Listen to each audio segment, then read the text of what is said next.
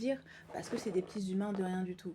Après, c'est leur problème. Vous voyez ce que je veux dire? Dans la vie, il y a une justice. Un jour, ces gens-là, ils vont mourir.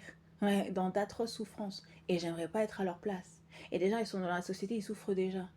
Moi, je ne suis pas, je ne sais pas qui pour leur donner encore des coups de fouet. Vous voyez ce que je veux dire? Je suis la meilleure. Tu vois, j'ai pas besoin de prouver à qui que ce soit que je suis la meilleure. Juste, je fais des vidéos parce que ce sont mes chaînes. C'est mon travail. Et je critique la société. Comme les gens se critiquent. Pause café, pause clope, ils critiquent et tout. Mais regardez, en face, ils critiquent, mais eux, ils aiment pas se faire critiquer. Qui aime se faire critiquer?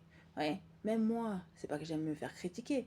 C'est que c'est comme ça. Ils passent leur temps à critiquer tout le monde. Et toi, quand tu les critiques, tu dis que leur vie, ça pue la merde, ils ont le seum. Mais excuse-moi de dire, ta vie, elle est nulle. Ouais, j'ai le droit de dire, ta vie, elle est nulle. Elle n'a aucun sens, aucun tenant, aucun aboutissant. Tu passes ton temps à te plaindre, il y a 150 trucs, ils pleurent dans les reportages, il n'y a ni queue ni tête. Ouais, ce que je veux dire, je dis pas qu'on doit vivre dans un monde parfait, mais quand même.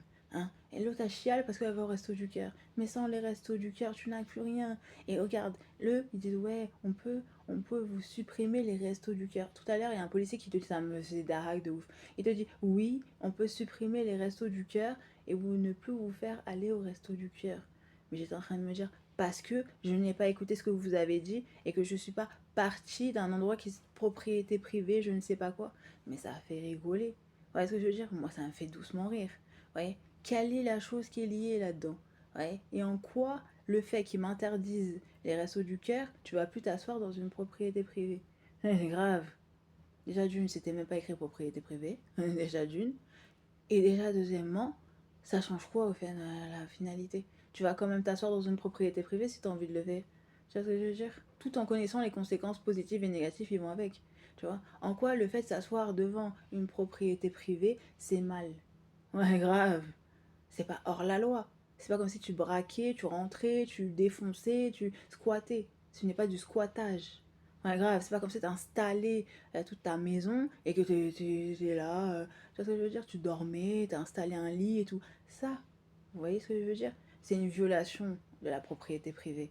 Ouais, parce que tu t'installes, tu mets tes affaires et tout. Mais t'es là, t'es juste posé, t'as juste un sac, deux sacs, trois sacs, t'es juste posé quelque part. En quoi c'est une violation de la loi, ça?